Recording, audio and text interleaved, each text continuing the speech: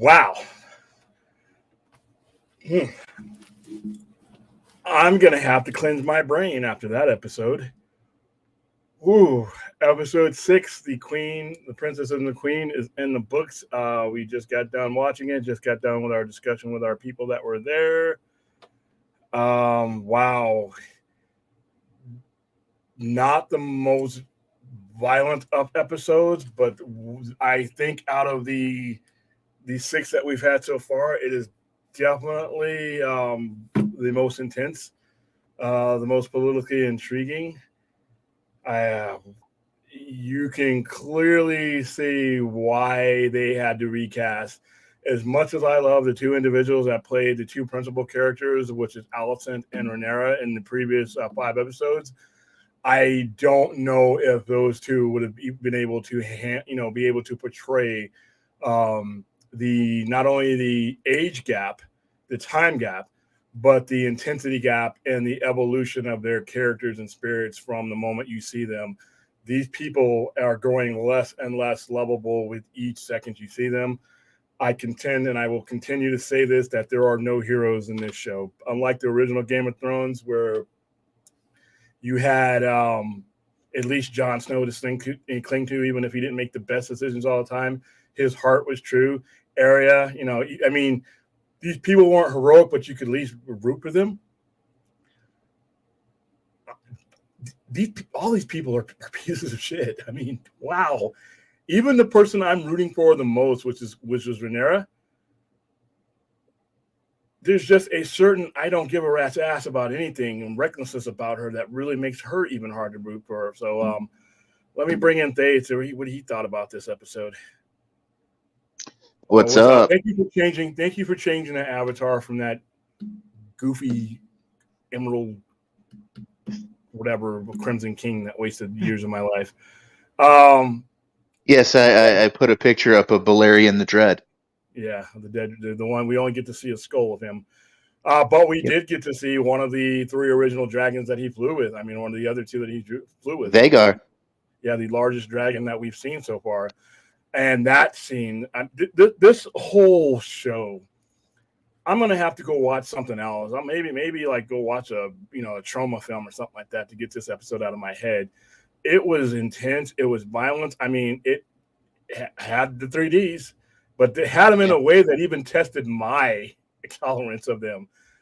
Let's put the spoiler thing in here because we're about to spoil this. And so as for my mouth. Go ahead. As for my opinion about this episode, I really dislike Alicent. Yeah. That whole purpose of this episode, if it served nothing else, was to make you hate her within the span of 1 hour and 7 minutes. There was actually a point where she made a face that my ex-wife used to make at me when she was disappointed. That was just fucking brought back bad memories. But yeah, and some of the stuff she said, if she'd have said it to other kings or other lords, like you can do, you said, you wish when I'm cold in my grave. I know a couple kings in Game of Thrones mythos would have said, listen, bitch, let me I'm the king right now. How about Joffrey? How about you say that to Ramsay? You say that to Ramsay. She would have fed her to the dogs. Yeah. So, well, that's the thing. Like, there was a couple of historical kings that would have done away with her at that point. Henry VIII would have put her on the block. I'm like, what'd you say? And then when she walks up to Larys, okay, so basically, let's start at the beginning. The episode opens up with childbirth, and women out there, I don't know how you could watch this show, and if you don't already have kids, want any. It seems like their other goal is to make you just not want to have kids or give birth. Holy cow! Some of the absolute worst scenes in this show have come from childbirth, and I know that they're trying to portray, but I'm like, damn. I mean, it started out with one that was, it made you feel the pain, and then so what happens? Rhaenyra is having her third child. Rumored to be the bastard of Harwin Strong. Harlan Strong, and it's pretty much all over the place. It's, they don't have the white hair. They look like him, and it's rumored. And King Viserys is basically like, everybody shut your mouth. So she demands that as soon as the child is born, that right out of the womb, that it be brought to her. So it opens up for those of you, obviously seeing her basically walking after labor. I mean, pushing out everything, and I'm like, they imply in very graphic terms. You know what's happening, and she's walking up the stairs, and you get to see her toughness, and because she's like, unless you want to carry me down these damn stairs, I'm going up there. And then she shows up, and then she looks at the hair, and then she shows the king, and that's when Allison is like, one child like this was a mistake, three are an insult. But unfortunately, she does not have the benefit of watching the Game of Thrones that we watched, and which is like, when you have the power, it's really hard to push those accusations. And like I said, she is still the heir apparent, and Allison is cunning as they try to make her in this episode. I'm sorry, she's stupid. She puts herself in positions and leaves herself open to looks like a Varys, that clown. Laris Yeah, Strong. Yeah, he basically, I mean, she played right into his hands. She played right into his hands, and he gets everything he wants. He basically gets her in a web that she was trying to be righteous and not be caught up in, and he gets Harrenhal because he basically wiped out. He was never going to be the heir. So he's one of those guys that'll probably end up dying some kind of horrible death. Who knows? God, I hope so. I'm liking older Allison, older Renee. Yeah, I like their portrayals. And like I said, even though I say I think Allison is dumb because she's really just not playing this game very well, the actress is doing a great job of making you understand that this is a woman that is in over her head when it comes to these games. And there are other people that she surrounds herself with that are way better at it. Varys is one of them. Rhaenyra is smarter. When Daemon gets involved, because he's on his way back to King's Landing now because he basically has nothing to hold him to that land he was in. And his wife was right. You're here, but you don't cling to this land. We're visitors here.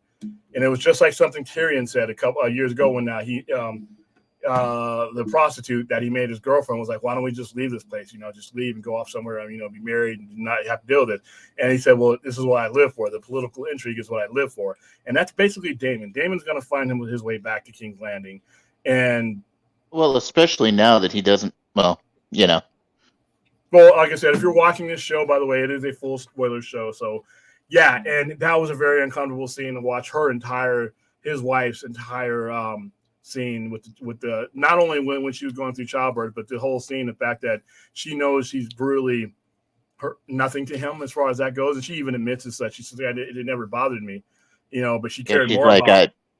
I resigned myself to the fact. Yeah, she cared more about him being Daemon Targaryen, being a true Daemon Targaryen than anything else. And she went out on her own terms. She has her own dragon burner.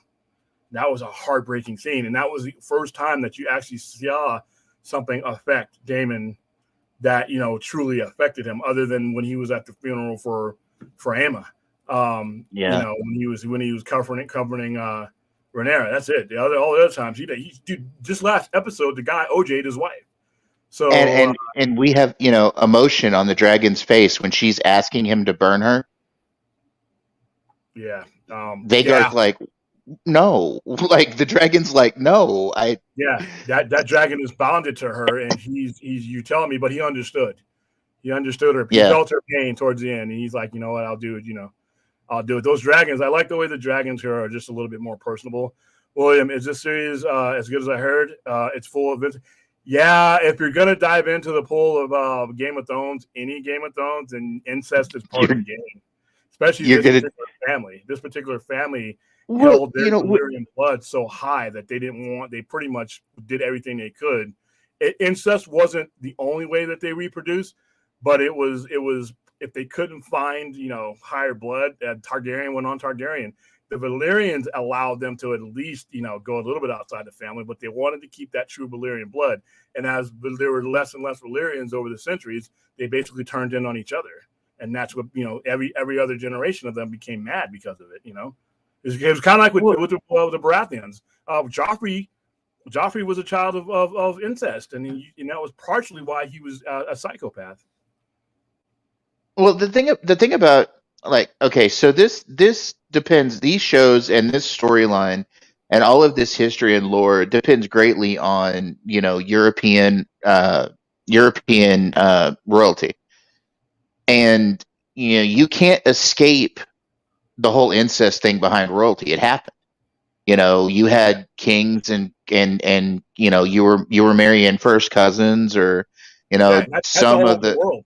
That's all over the world that had royalty. I mean, and that's why if you look at some of their skeletal features when they dig up these tombs and stuff, you see the disformities because of that. Yeah, Yeah, because of the consanguinity of the whole situation. But yeah, I mean, there was one family called the Habsburgs. They had the Lord of the Habsburg family at one point had 17 daughters, and he married them throughout the whole of the royal families in Europe, and that just kept happening generation after generation. All of these royal families in all of these different countries were breeding together, and there was major problems. That's why the Tsar of Russia during World War One, his youngest son Alexei had hemophilia because of the inbreeding. and if you look at a lot of the childbirth issues with them in particular happens because of the inbreeding. Yeah. So yeah, it's a problem. So that's a Stella. The return of Otto is going to start off this war horrifically. Yeah, because you know what? He's the asshole who put all this in motion. If you look at it, he's the one who Yep. whored his daughter off to the king. He's the one who pushed all this. He's the one who's basically committing, with regardless to what you think about Viserys, his word is law. He's the king, and he is acting against the wishes of his king. That's treason. That's actually a higher treason than what they're accusing Rhaenyra of. Because to be honest with you, they arranged that marriage. Neither Rhaenyra or Laenor wanted that marriage. They put them in a situation he wasn't going to have kids with her. No. She would have been left without an heir and would have started another war. So what? I mean, she's sleazy, but I mean, she wasn't. It was either that or she wasn't having any kids. It's questionable that Laenor could perform, if you know what I'm saying, for in order to make a healthy child. So, but yeah, so Kristen Cole, they're putting him. I mean, like I said, he was another character that they made you want to hate. His that Well, whole stuff in the I think courtyard. it's ironic. I think it's ironic during the training montage that ends up getting his ass beat by Harwin Strong. Like, he fights the two older sons against each other, and I think it's ironic that he possibly put his son, because Rhaenyra's older son Jace may actually be Kristen Cole's. Yeah, It yeah, because in the books it's implied. In the books, it's all implied. But once again, we don't have a Maury Povich to do a DNA test. And in Yeah, the books, remember the books, it is second, third hand information. It's yeah, by historical. Mushroom. Yeah, and it's historical. It's like saying, you know what? The only thing I know about Julius Caesar is what I read from the Shakespearean depiction of it in the historical writings. But it's been lost in antiquities. So and be honest with you, as silly as interpretation was, that stag and the stallion thing, or the stallion thing that Viserys came up with, scientifically is true, because they've proven throughout that time that just because you have that Balerian blood in you, that I mean Jon Snow, even though he had Stark blood. Stark blood, if you look at the way genomes work out, two people having silver hair doesn't necessarily produce a silver hair, Well, and technically her kids, her Allison's kids, could have very well had brown hair because of the way the yeah. genome. If you studied that type of science in school, you Well, understand how this works. it's like with my family. Okay, me and my twin sister look like my mom. Okay, we're dark haired, olive skinned. My two of my younger brothers are blonde and blue eyed like my dad. My youngest brother is a redhead. Yeah. So And I know we're all people over who the have place. grandparents, great grandparents, are like, oh well, they'll be a brunette and a blonde and give birth to a redhead. but there is a redhead somewhere in the family. So that genetic code has that. It with their science, and I understand it's medieval reasoning. I mean, obviously, they don't have what we have as far as reasoning goes, but King Viserys did. I mean, all he was doing was explaining science, and she's like, no, because technically that is true. It's like if I could have two short parents, and I'm taller than both of my parents. My parents are considerably, shorter than me, but I have a grandfather on either one of my sides who is 6'8", 6 foot. I mean, it happens, and that's the way genetics work. So there's no guarantee, that would now all three of them being brunette. Hey, that's the thing. But once again, all of her children had the opportunity, scientifically speaking, because of her parents and her parentage all being of brown hair. Any one of those kids could have been born with brown hair, and they would have been legitimate sons of Viserys. So I think it's silly, but obviously we're talking 2022, and they're talking with dragons and stuff. So there we go. So hey, Fourth, how you doing, man? I feel like we never left each other, man. But it's like a slumber party. We just took a nap.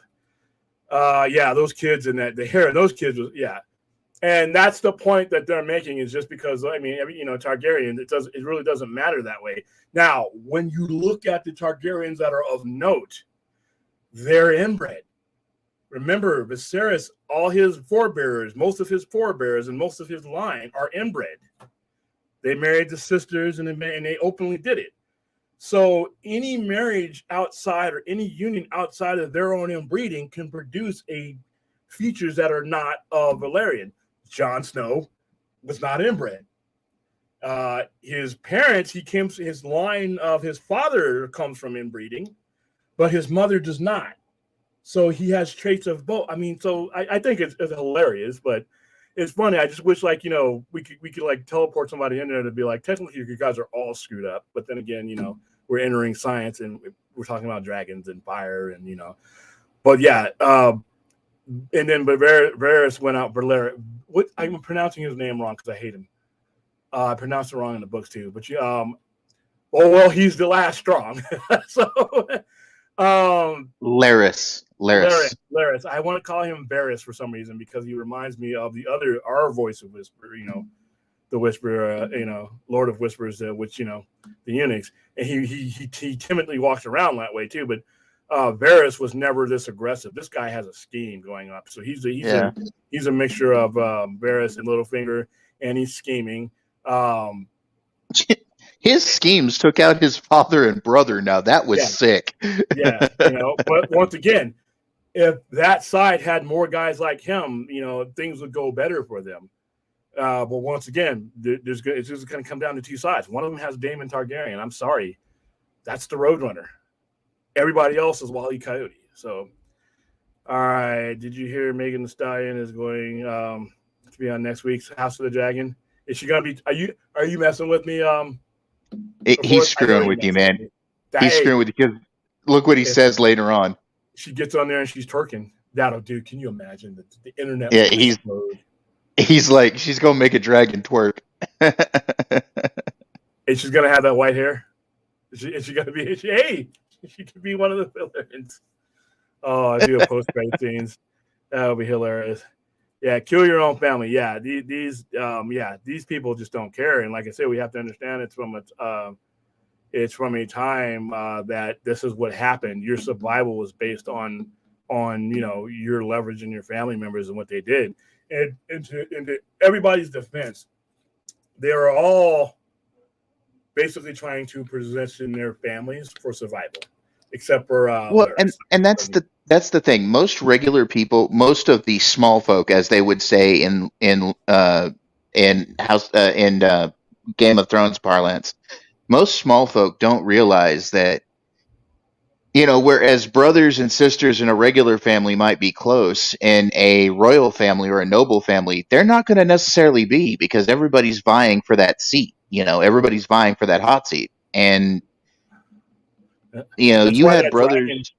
That's why the dragon burns it down at the end, because he realized that was the evil. That was what corrupted her, and that's what corrupted every Targaryen before her. To be honest with you, The Trail of Blood after. Oh yeah, that was it was gruesome, man. Yeah, that Trail of Blood, and like I said, whether they showed it or not, they left you nothing to the imagination about what she was going through in that scene, and it was like, and to have to do that right afterwards.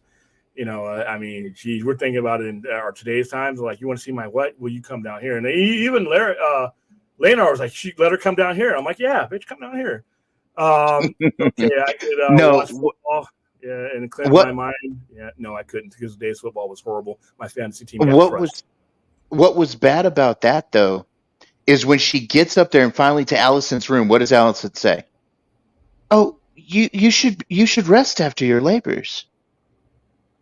Yeah, Like, because she didn't realize that Rhaenyra was coming up there. She thought she was going to have one of those handmaidens bring her up there. It's like, nah, and she said, I'm not giving her that pleasure. And she's tough as yeah, balls. Dude. I mean, I know women that that had their kids and they get knocked out right afterwards. It's a very I've heard it's a very painful process. And she's walking and and she one doesn't want any help. one Uh, plus I will give my ex-wife. She had two of our sons with no epidural, with no pain medication. She had them with a midwife, and she had them completely natural. that's how they did it back in the day, man. And that's why so And many she of them. walked out of there. She walked out of that place within 30 minutes, out of the duelist place, within 30 minutes with our children. Like, she was not weak. Yeah, this was a scene I could have done without Daryl. Good. I need listen, man. If there's certain things I need warnings for, if you're going to show them to me. All right, if there's going to be man junk in the show, give me some type of spoiler so I'm not seeing it. If there's going to be something that goes on with the eyes or castrations or things like that, I did not need to see that kid standing in the window doing that. And yeah, the way she handled it was like, boys, I mean, he's like completely, I'm like, what the fuck? And I'm like, wow. Like I said, this entire episode, I need to go watch Faces of Death or something to get this out of my head because this was a messed up episode, man. you need And you then need a it's palate hilarious. She cleanser. gets right to her. She gets right to her topic. I mean, she walks in on her son, butt naked, jacking off in the window, and just goes right to her subject. Goes right to what she was talking about. That doesn't faze her at all. It's like she's walked in on him 1,000 times. She's like, you men are pigs. I know this is what you do, but okay. Hey, by the way, I'm here to talk about basically you being in position to be killed if your sister assumes a throne. So she started to get the understanding that Otto Hightower in her. Like I said, bringing Otto Hightower back in just makes things worse. And even Lara said, your father is not going to be able to give you impartial advice. At least he was honest about that because he's not going Yeah. to. He's not going to. He actually makes things worse. And he, regardless to, I think she's conflating with the realm knowing that she's had 3 kids with this other guy, with them carrying about the fact that she's had these kids with these other guys. It's funny that you bring up what Aegon was doing in the window. Just popped up on I've got a Game of Thrones page on my Twitter that I follow, and it popped up the scenes of him in the window. It's meme worthy. It's a meme machine now. That's gonna be a meme, and I'm gonna need to block all the. I'm like, what the hell? And I saw this, and I'm like, what? And what? And then she walks in. She's like, jeez. Oh, by the way, I mean, but the way she handled it was hilarious. But yeah, it is. And how they handle when they hired the people to do the killing of the Strongs, how they handled. Okay, well, you're not going to talk. Oh, by the way, that's David Tennant's son. David Tennant's kid. Yep. Yeah. Welcome to showbiz, kid.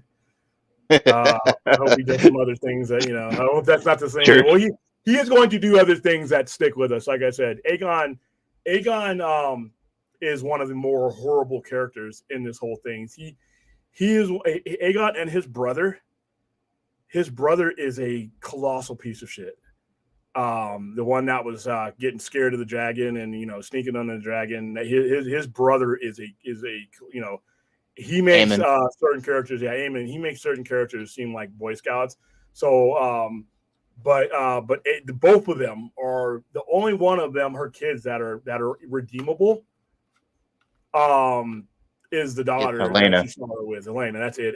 The other ones are just pieces of garbage, and they are very easy to root against. But so yeah, as Yeah. kids, you're like, oh, how cute and cuddly, but like, no, you may be pure blood, but you're bastards, So yeah, that's further down the line. But yeah, the way they handled that.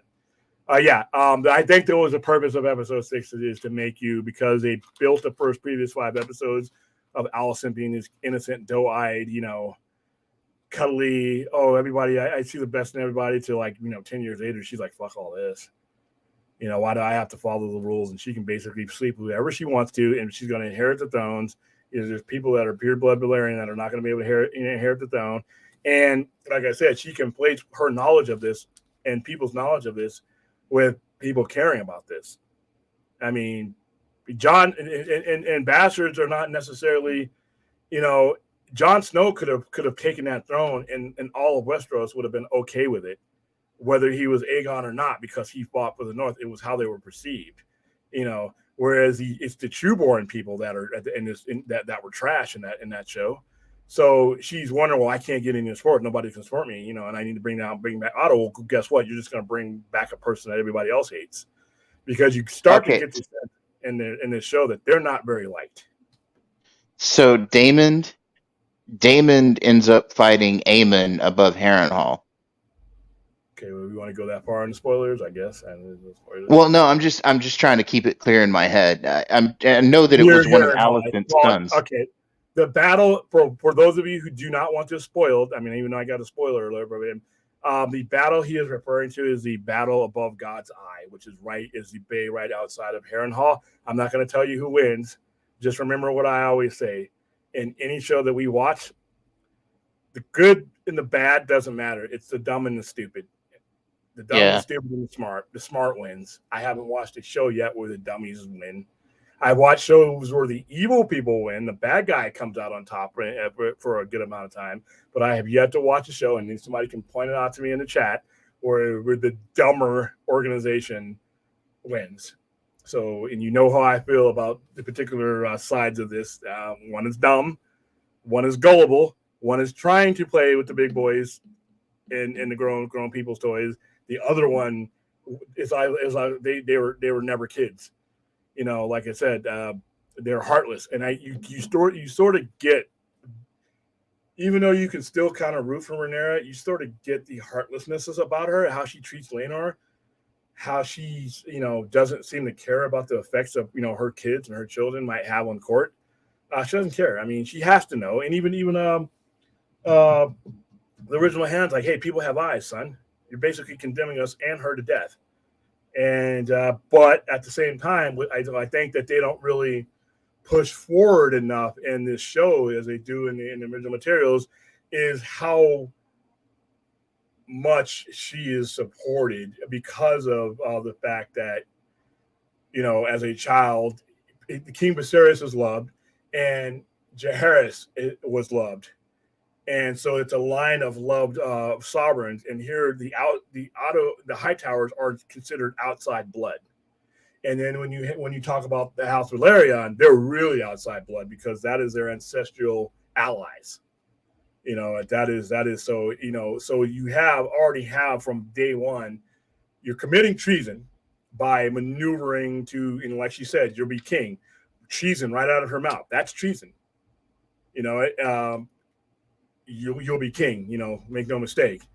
And you're the target because of your blood and everything else. And she may be right. Well, once again, there are different ways that she could have handled that. They could have gone off the Dragonstone and lived there forever. But, there's ways, but they decided they're going to go to war. And it's like, they don't really look at the situation. And this is a dumb war, because it's Targaryen on our Targaryen for the most part. But one half of the Targaryens has considerably amount. One side of the Targaryen fight has the navy, has all the ships, has the majority of the dragons, has the smarter people, and the other ones has them. So it's like, I don't know.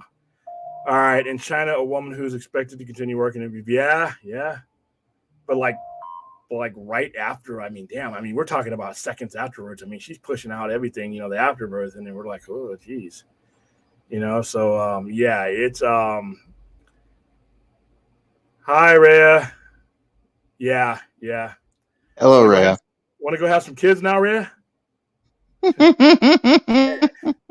You either were put off by the two childbirth scenes. It began with a horrific one, like the whole series did, and it ends with a horrific one.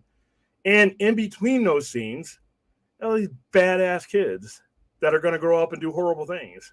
So yeah, go have kids. Naughty, naughty children. Yeah, Ty Tennant. Yeah, like I said, I just but like I said, him jacking off in the window is not the worst thing that he's going to do in this series.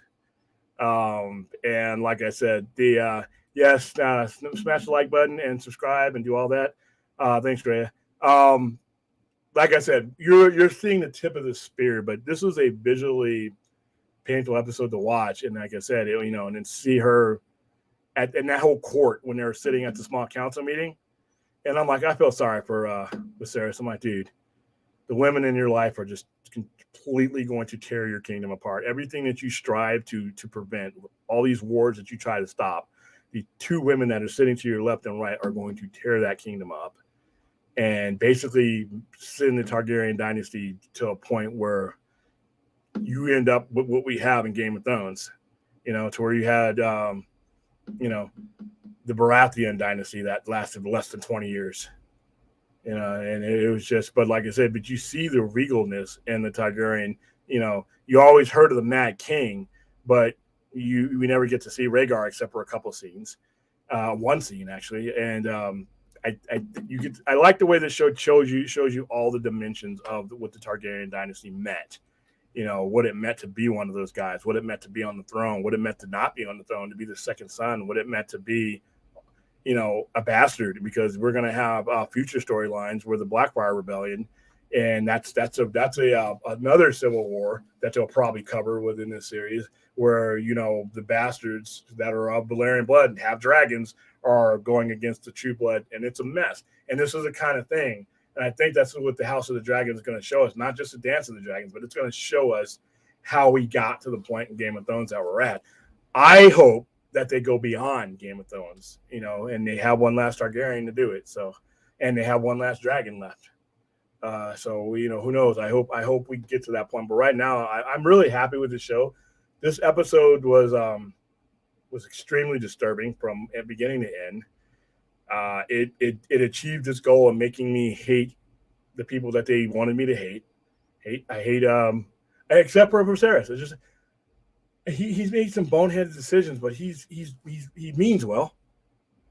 I mean, he could have solved all this by not marrying Allison, but hey, you know what? Where would the excitement be in that? Okay, so Rhea, I never wanted children. Virtual hug, so I won't have these problems. Yeah, yeah, damn. Because like I said, this is like they make there's no point where childbirth or even having kids is a pleasant experience. You either die doing it or you give birth to heathens that are going to start wars that get thousands of people killed and get your dragon population wiped out. Because this is what happens. Remember, the consequences of this are all these dragons that we're going to eventually see by the end of all this. There are no dragons by the time of Game of Thrones. And now you're vividly seeing why, because they eventually fight each other. You basically have air battles, dragon on dragon. One battle in particular is a decisive victory that takes out a major what becomes a major character, becomes or two major characters. So and this is how it happens. I mean, this is how by the time we get to episode 1 of Game of Thrones, that we only have the skulls of the dragons sitting in the Red Keep. That's it. You get and it's a tragedy, because for every stupid ass decision that each side makes, there's a better one that could have been made, and they just find a way to make the wrong decisions, and the consequences have generations. That generational consequences. So I don't know. Drogon will join. Yeah. I think he will. I think towards the end there, when he picks up her body, picks up Danny's body and flies away, I think he understood. I think he knew all along. He felt the change in Danny, because and that's one of the things that the guys running the last Game of Thrones did not do a very good job of. Is if you were going to transform her into what you transferred her into, basically Darth Vader, you needed to do a little bit more of an escalation. You shouldn't have shortened the seasons. You should have gone 8 to 9, 10 episodes a season and fleshed out. If you're going to turn her that way, you needed to basically make sure that we related and understood. They did it a little bit when Melisandre was beheaded and her dragons were being killed, but that all happened in such quick succession. What turns a person like that would generally have done it over time, and I don't think they did a good job. First of all, I don't believe they should have done it to begin with, but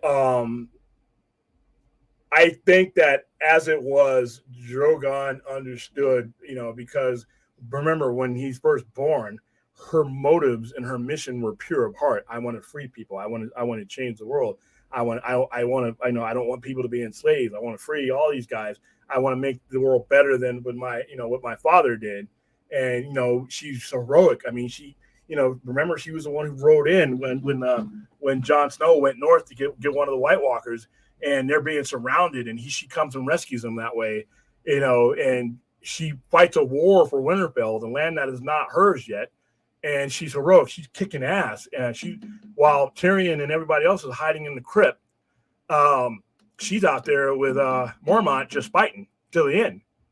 On her dragon, off her dragon. So she had a pure heart. And I think what Drogon realizes that he realized that change. He realized that the throne and the power was corrupting her. And she didn't blame Jon Snow. Drogon did not blame Jon Snow. And I still think the fact that Jon Snow has that Valyrian blood in him. If there was anybody left that was going to ride him, it would be Jon Snow. I think in this series coming up, I do think you're going to see Drogon. So it's that's just a guess on my end. All right, he's torn between a wife and daughter in the classic soap opera drama. Yeah, ugh. Yeah, soap opera with dragons and incest and bad childbirth. There's badass kids in every soap opera. So yeah, it is a soap opera. Yeah, that's Daryl. That's a very very accurate. Prodex, welcome back, man.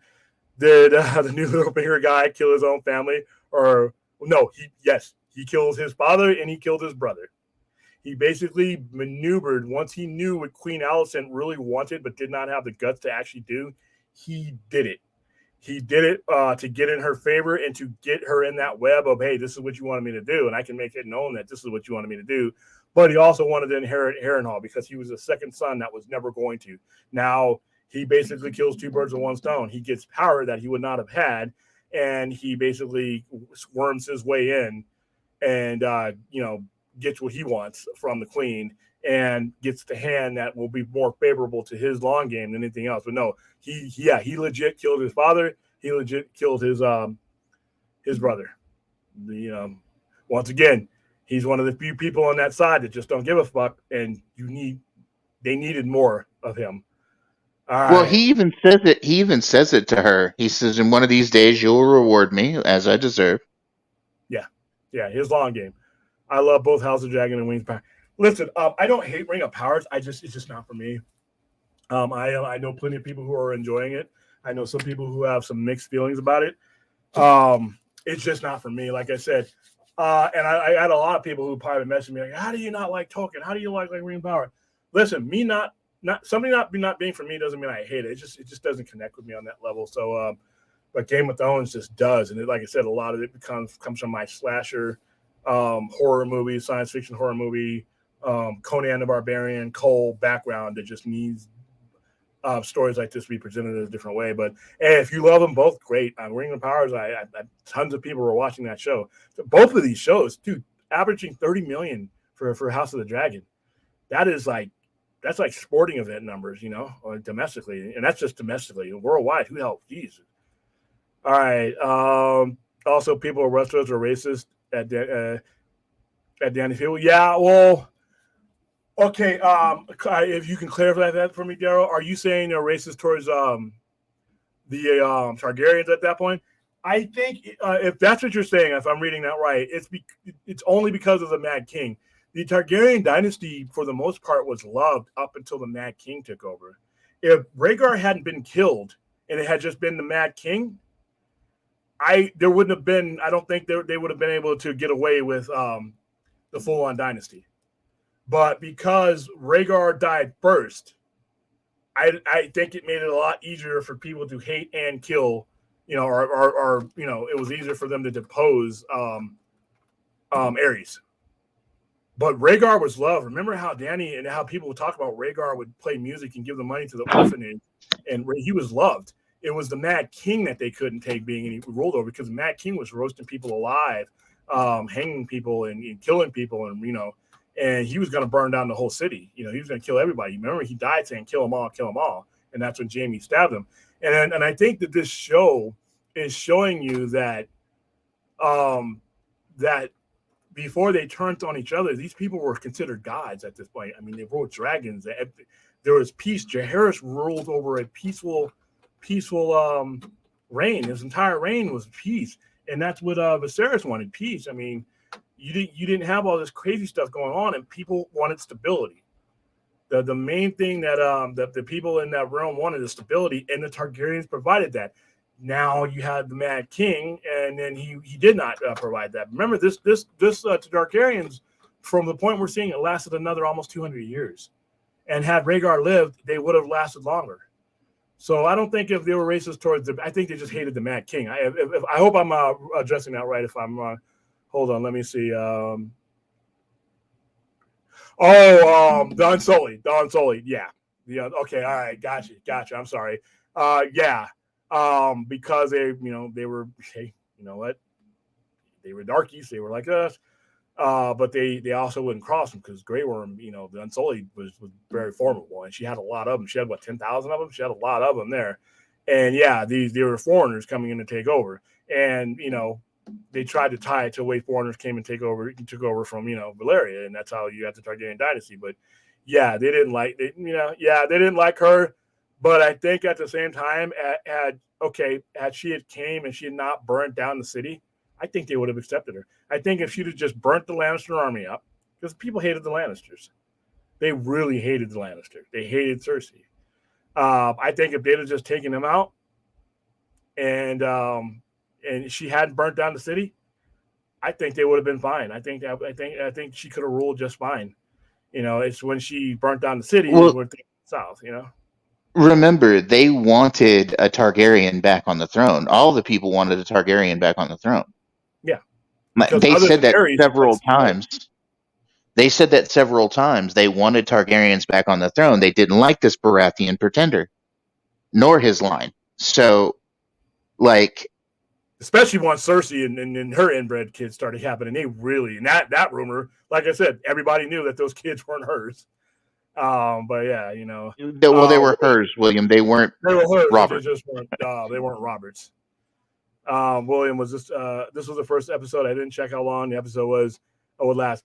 I knew it was an hour and 7 minutes, because I had set this show up, and I have to run up and I have to break down a lot of stuff, and I have to run up here, so I had to actually time it. So yeah, it was an hour, and it goes quickly.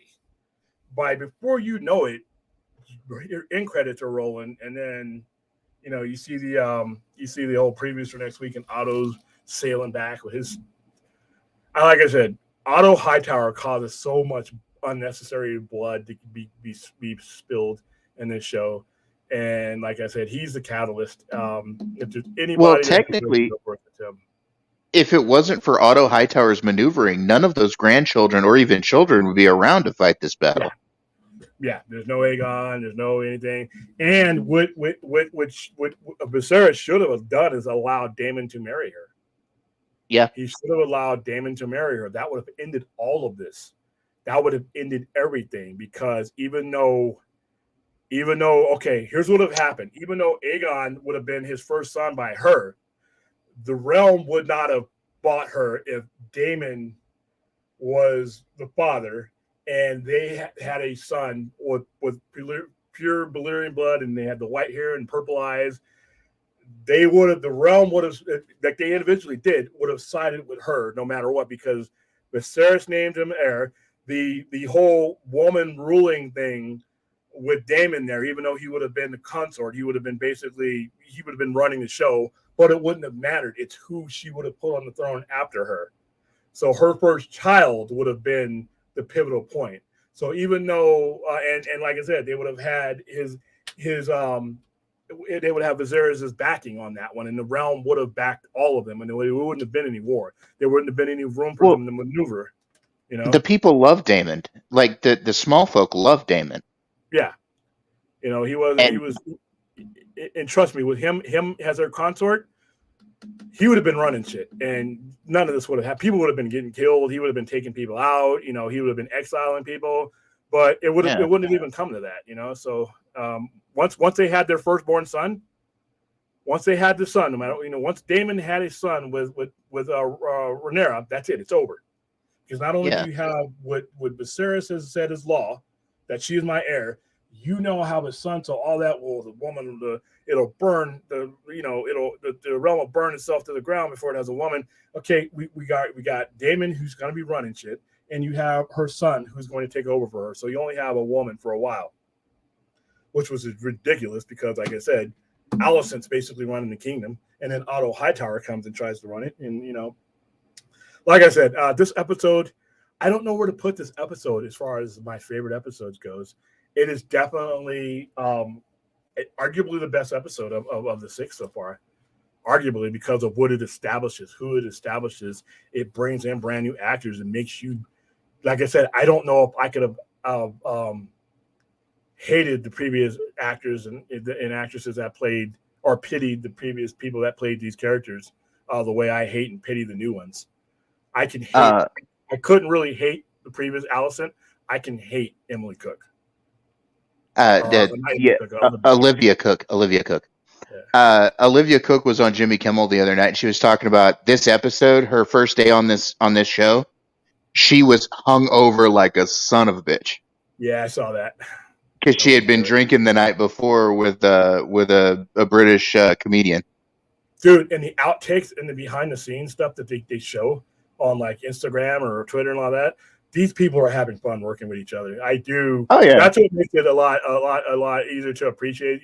We obviously know it's acting; they don't hate each other and all that. But when you see them hanging out, dancing with each other, and screwing around, when you see Millie Acock in her house coat smoking a cigarette with Kristen Cole's character smoking a cigarette after their sex scene, they're just having yeah. fun, and I love it when the people that are making a show I watch are having fun. I think And one of these the guys, funniest memes. I think one of the funniest memes I've seen this week is there was a picture that said the fans and we're fighting each other over. It shows the fans fighting each other over what's going on in the show, and then it yeah, shows like the actors and they're all like loving on each other and hugging and carrying on. good. Protest that. Everybody. I try to get as many people hooked on this show. This show is great, man. This show is great, and I have my reservations about this show. Whether they could do this, this show could be as good as it was. I am a guy. If you've heard me anywhere on anybody's stream, I'm not the biggest fan of prequels. I like to go forward, not necessarily back. And if you're going to go back, I like you to go back so far that the things that happen, their consequences, no matter if they go on for decades, don't affect the establishment of what I already know. I like to give writers and creators that room of time. And so I didn't know what I was going to think about this show. And plus, you know what, I was a little concerned whether they could pull off the lightning in a bottle against them, because the last couple of episodes of season 8, even though season 8 was a great season overall, the last 3 seasons left such a taste in people's mouths that combined with the 3 years that we did not have Thrones had me concerned. Those concerns are gone. This show is great. This show is arguably the best thing currently on TV right now. It is great. It is a beautifully done show. It makes me appreciate. I think this show makes Game of Thrones better just by existing, and that's a really hard thing to do. Game of Thrones is a big monolithic show, and now to come on and pull 30 million people a week watching it and improve upon that, when we know the fate of a lot of these people, even if we don't know the individual fates and details that I can spoil here, but I won't. We know that the House Targaryen goes through a lot of shit in between now and then. We know none of it's good, and they present it in a way that still makes it compelling. This show is great. So yeah, I mean, I gave the episode. I like I said, I've had a couple minutes to think about it. As far as intrigue, placement, and moving the chess game further along, I think this might have been the best episode. How about you? Great. I'd have to say, out of all the episodes so far, this is my top two. What's your number one? Oh, well, this is my number one out of the top two. My number one would probably be like the second or third episode. I'm really, strangely enough, I'm really enjoying the political intrigue. Well, that's Game of Thrones. Like, well, okay, so like the original Game of Thrones, there was so much going on and so many POV characters that there was enough to pull my mind out of the political intrigue when I needed it. But like this is like purely political intrigue, and I thought I was not going to be happy with it, but I'm liking it. Like, it's enjoyable. No, Zazov's not going to mess with anything that makes money. So we have Game of Thrones, that's 20, 28, 30 million viewers, one of the most popular shows of all time, and no need to mess with that. Then you have Wonder Twins and Batgirl. You got to mess with that. This is making money. This is fine. He just looks at this and says, "Good job, everybody. I'm going over here to screw with this Wonder Twins and Blue Beetle and whatever I got to do to fix all those." But this right here, this is the kind of thing that the CEO loves. He inherits this. All he can do is help it by just standing back and letting it be what it is. And like I said, if he's smart, if Warner Brothers Discovery is smart, and they seem to be getting this, is when this is over with, I shouldn't have to wait a very long time for something Thrones. All right, this Star Trek finally has lined me up to the most part to where there's very little separation in between each show. I get Discovery, and from Discovery, I get Strange New Worlds. From Strange New Worlds, I get Picard, and then I get all these other ones that are coming out, what they do it. And eventually with Game of Thrones, they're going to have it lined up to where there's very little separation. Because one of the things that they learned with Game of Thrones after it went off the air, they lost 50% of their male demographic. Their male demographic plunged after the last episode of Game of Thrones season 8. So they really don't need to have that happen again, because it really takes a long, long time to build that demographic back up, because they go other places and they do other things. So that's why you see these announcements and these, and 10,000 ships and all that other stuff. Even though I'm not really, I'll wait and see on that one, but I would rather, I know there's a lot of people that want to see the conquest, the world conquest, and that's going to be great. That's going to be violent. Literally, if you want to see how violent that Aegon's conquest could be, Google Fields of Fire. You want to see violence on a mass scale? If they ever depict Aegon's taking of the kingdoms, the 7 kingdoms or 6 kingdoms, people die in horrific ways. And like I said, they hadn't figured out. There was no one else had a dragon to fight them. It's not like right now when they have dragon on dragon violence, and there was no real way to stop them. Aegon took over the 6 kingdoms with a very small army. You know what? But he had dragons. He had dragons, and he used them effectively. And the people that were being, that made up the kingdoms like that are like, okay, we can't beat this. We fought. We're dying in the thousands. And there are families that exist that they're not even around anymore, that are even by the time the House of the Dragons, that you never see, because so many of them get wiped out by the dragons.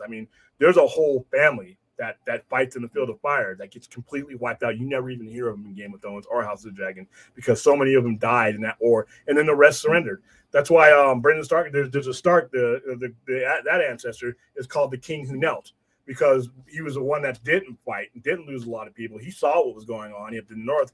He's like, I can't beat this. He's got 3 dragons. We don't have anything. We were on horses, and our armor, all the armor didn't mean anything because they just roast you in the dragons. And so I would love to see the conquest, even if it's just in flashbacks. And I think that the House of the Dragon, like we were talking about the other night and how you brought it the other night, is going to cover so much stuff. And I'm really having fun with this. I am enjoying being back in the Iron Throne again. Even Sapochnik said before he left, because he's no longer one of the showrunners, but even Sapochnik said that we want, that's one of the goals is to portray the conquest. Stella, I'm trying. I'll give it another try. I am, like I said, and I'm okay. Anybody who loves Lower Decks, you are a fellow Star Trek fan. I love you. I tried to get under the show. I've tried to take the humor in. I like some of the cameos and some of the people that they brought in, and they do a good job of playing homage to all of Star Trek. And that's the one thing I do like about it, because I get people who have not necessarily watched a lot of other Star Trek, but they see the characters that I've known and loved being referenced, and they ask me who they are, and that starts a conversation about Star Trek. So I'm okay with it.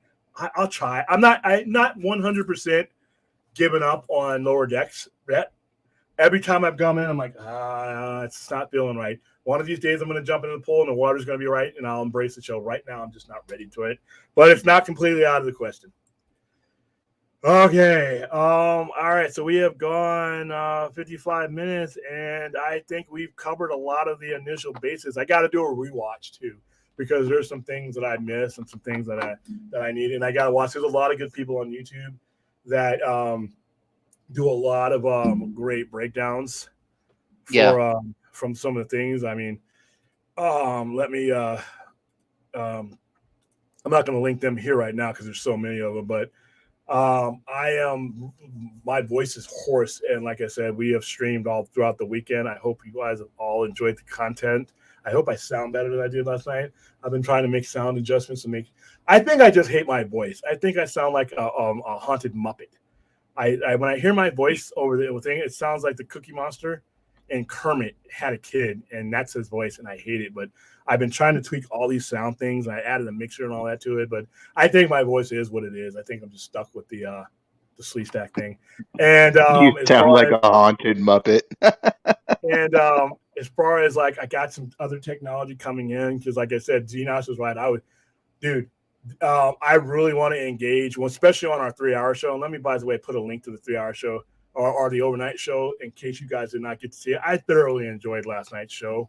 I listen. I love all the shows that we're on and that we do, but that overnight show for me is my favorite thing to do. One of my favorite things to do of the week, and that includes run my store, do my other things I do.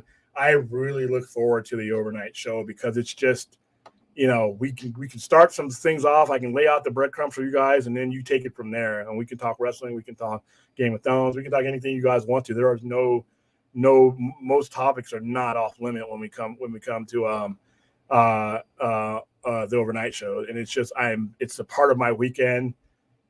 Saturday's usually the busiest day for me. It's ending that Saturday and rolling into it is my relaxation day, especially NFL season this time of year. So everything lines up. We got Game of Thrones on. Well, when it's not Game of Thrones, we'll have other things on to talk about, but we can talk about them in a way. If you look at the internet and if you look at YouTube and you get Twitter, subjects come out throughout the week and people just react to them so quickly and so viciously. I like to have the end of the week to basically have my thoughts, gather them together, and then bring in people in the conversation who have done the same thing, so that we're having a legit conversation instead of doing hate streams. One of the things I will never do is make a stream for something I do not like. I will never bring in other YouTubers and watch their shows because I hate them or I don't like what they said. We're here to talk about, it's a conversation between the people on the screen and the people in that chat and the people watching. So that Saturday night show, we've been able to keep it to the point where we're on topics. We can go in depth in topics, and I can attend to everybody. But as that show gets busier and busier, we're going to need to be able to, like I said, I'm going to need to get you Stella. I got to get you in these. I got to get you in there to help me produce, and I also got to get my pad thing standing up here so I can. Well, the chat is the only thing I see on that screen, and it actually, you can set it to where it blinks. So when there's a super chat, and when I'm paying attention to here, even though you can see it on the side, it blinks. When there's a member chat, it blinks and it pauses. Actually, it does not scroll up until you've adjusted it. So I can actually have it pause on something instead of being scrolling up and down after like 10 million people. Hey, William, you missed it. I'm like, I don't want to do that. Yeah, we watch parties. You know what? That's not a bad idea. That is not a bad idea. Rewatch parties. I think it's something that we really should do because, like I said, there's a lot. Even though I talked for 59 minutes about the show, that's having just watched it 15 minutes before I started this stream. There are so many things, and when we watch the breakdown videos and all the heavy spoilers, guys, to all those guys, I will notice because there's guys that break this down to the micro and they spot shit. There's a YouTube channel called Marvelous Videos. That does like lore videos, and they did a really good breakdown on how the dragons work in Game of Thrones. And that's a video you should look into. You should look into the group Marvelous Videos. Send me message me in our not in the chat here, the private chat here. Just message me on Twitter. Okay, we'll do. Yeah, because I'll send you I love. I'll send you their link. I'll send you their Okay. link. They do other stuff, but they've had a lot of Game of Thrones videos here lately. Yeah, there's some intense training. Like I said, they're gonna need it. So, all right, guys, thank you guys for giving us an hour of your Sunday night. I'm gonna go ahead and rewatch the show, even though it's probably gonna rot my brain because this show is very disturbing. This episode was very disturbing, but it was fun. We will see you next Saturday. Next Friday, right? Oh yeah, next Friday, 6:30 for the Sci-Fi Center Live. And we will have probably more stuff to talk about, more pop culture to talk about.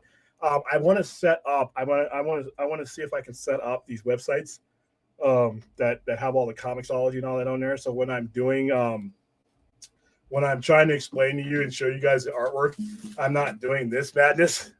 I really want to be able to show you some of the artwork. So we're going to set it up so that I'm going to pay for this. I already have this subscription, but I'm going to make it to where and I'm going to find out whether there's any legal issues because I don't want to get anybody in any trouble. But I want to scroll through some of these things. I want to show you guys things of the Killing Joke, and I want to have the page on the screen for you. Yeah, you should be able to. You should be able to show the pages without any problem, as long as you're not showing like the whole comic. You know, just like certain panels and stuff. You should be fine. Yeah, because when I'm trying to show guys breakdowns and stuff, because how the story is told through scene breakdowns and box breakdowns, it's really hard to do it like this. Even when I go full screen on myself, you really can't get the punch and the feeling. Like what we were doing for Sci-Fi Center Presents, what we really need to get back to. I keep telling myself that we're going to. There's going to even be more streaming on that. Dude, that's going to be like a 12-hour streaming week. But anyway, but when we were doing those, I was able to get, I just basically downloaded the scenes that I really needed to push the point across. But this time, there's so many, especially when it comes to Black Label, there's so many things I can scroll to and I want to go into. So I'm gonna start doing that. Well, like I said, luckily I have access to Comixology, so yeah, I have a DC Infinite. I think I got all these. I think I have every streaming service and every other service. Wow, these guys are making a killing off me. But all right, guys, thank you for coming. Thank you for engaging. And if you have any other comments that we didn't hit on the show, leave them in the comic section. And I've been doing my best to respond to everybody unless it's something silly. Some people are baiting me into silliness. I know you're out there. But if you have a legitimate question or a legitimate comment, I try to come back to the streams and I try to answer them. And so that we're not left out because we can't always answer everything because we only have so much time. But you feel free to engage me on all of our platforms and I will do my best to answer questions and engage back with you because that's what this whole thing is for. All right. Thank you, Thade. Thanks, everybody. And that is it. Let me get to – I love my outro. Be safe, everybody. Yeah, I love my outro. Thanks for being here. By the way. Here we go. Yeah. Did I do the intro right? Yeah, I did. Okay, cool. Yeah, you did. All right, guys. See you later.